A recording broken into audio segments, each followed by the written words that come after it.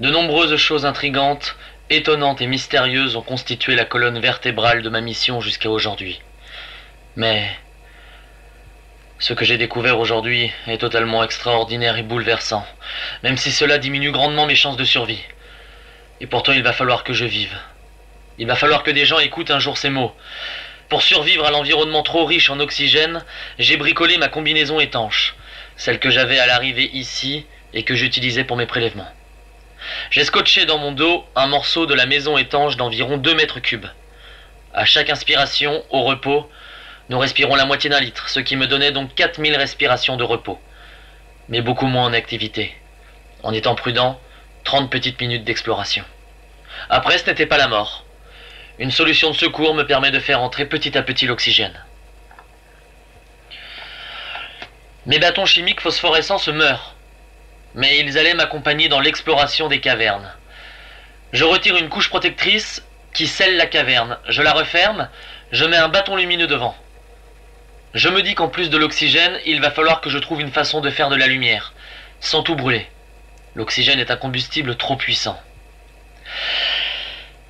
Les cavernes sont à hauteur d'homme, organiquement creusées comme par des rivières ou des vers géants. La mousse brune est absente, mais les racines violettes et les nénuphars apparaissent de temps en temps. Ma visière s'obstrue de buée, puisque je ne peux recycler l'air. Il n'y a aucun bruit ici, juste mes pas lourds, empêtrés dans la combinaison. 15 minutes sont passées.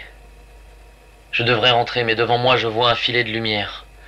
La lumière du jour! Je vais pouvoir sortir.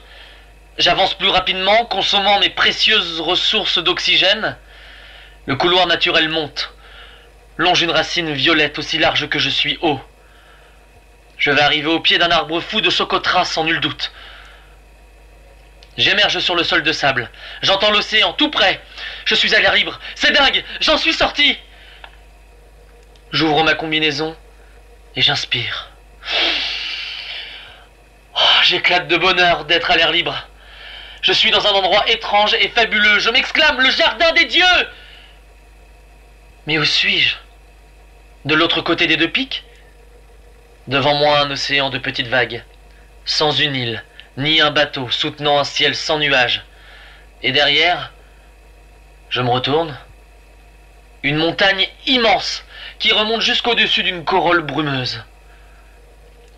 Le Fujiyama ou le mont Harara, et au-dessus, non pas de la neige, mais de la lumière. Un spectacle qui n'existe pas, et je pèse mes mots, un spectacle qui n'existe pas sur la Terre. Ni au Yémen, ni dans ces îles étranges à l'est du Kamchatka, ni dans les quelques terra incognita de notre planète. Je suis bouleversé et stimulé. Je respire encore. Je sens une odeur acide, presque agressive. Elle vient de l'océan. Je trempe les doigts de ma combinaison dans l'écume. Des traces blanches. Puis le monde tourne. Le point au centre de ma vision reste fixe, mais tout autour le décor tourne comme si j'étais dans une machine à laver. Nystagmus.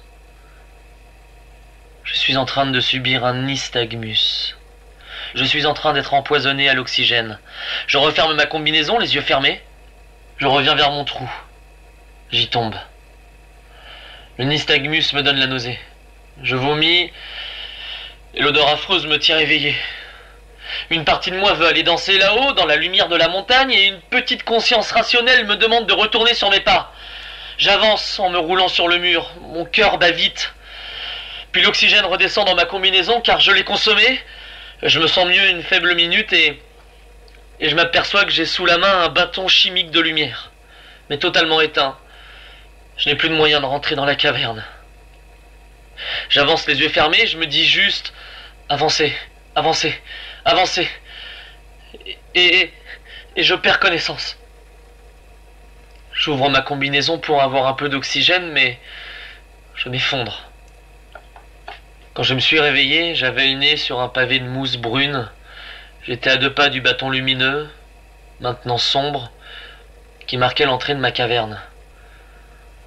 Même si la proportion en oxygène était mortelle, le fait d'avoir posé la tête sur un plan de bactéries étouffeuses m'avait sauvé la vie, car elle créait une petite atmosphère juste au-dessus d'elle.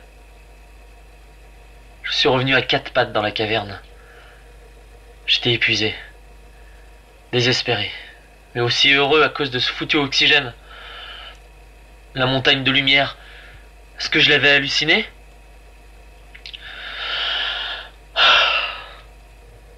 J'ai pris du repos. J'ai dormi, mangé, bu. J'ai aussi renommé la bactérie étouffeuse en bactérie sauveuse, et je l'ai remerciée. Car il faut bien avoir des amis dans les moments de solitude, et les miennes d'amis m'avaient sauvé la vie. Quel est ce rivage étrange? Il y a des endroits hostiles dans le monde. Je pensais à Dalol en Éthiopie, une terre acide qui ronge tout à l'atmosphère irrespirable. Ces endroits fous existent. J'étais sonné. Et cette montagne immense, ce sommet de lumière, s'il existait, bon sang, je le saurais, non? Je vais découvrir ces secrets. L'euphorie de l'oxygène me donnait la certitude que j'y arriverais. En vérité, j'avais un plan. J'avais un plan pour tenir dans l'oxygène. Je l'avais découvert par hasard. J'en avais encore sur le nez. J'allais utiliser la bactérie sauveuse.